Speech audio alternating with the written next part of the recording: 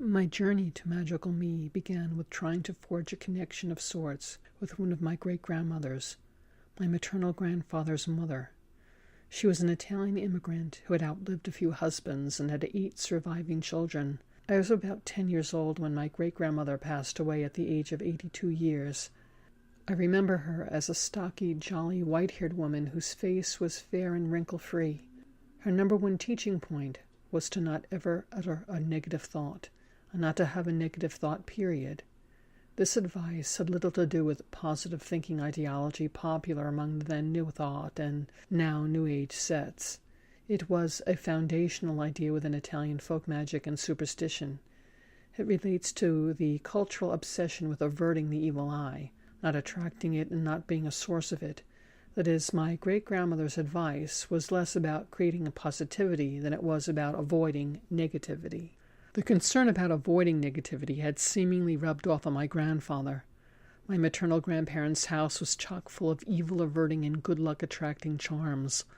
A bull's horn with 2 small holes in which tiny amber eyes were fixed hung over the entranceway. Horseshoes were wall ornaments, and bright red plastic imitation coral horns, ficomano and cornomano, dangled from doorknobs or hooks in the wall. And lucky elephant and pot-bellied laughing Buddha Hotep statuettes were more than mere knickknacks on the credenza. When I moved into my maternal grandparents' house after they both had passed on, I was ever discovering more talisman in odd and hidden places.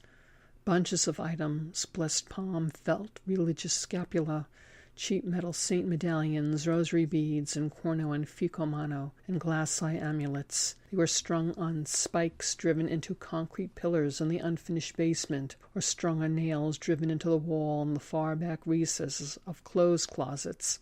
It was quaint, curious, and creepy.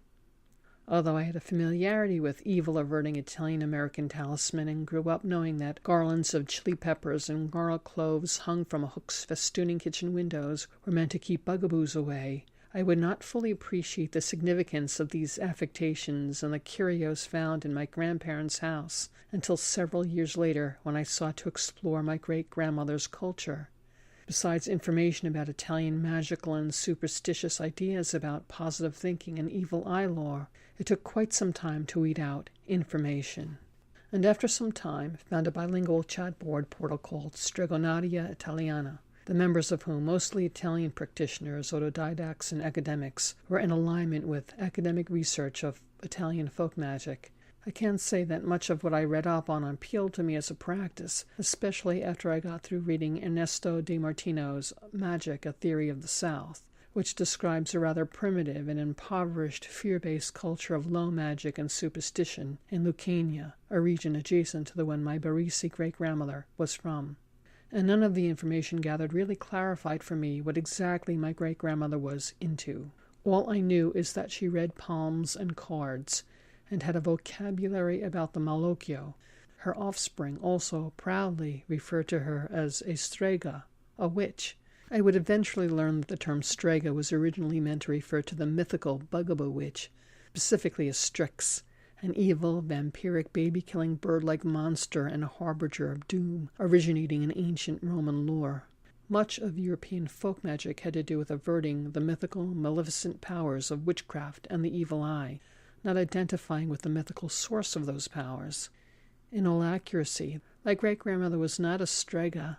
She was just an ordinary provincial Italian woman who was enculturated into regional magical folk beliefs and practices.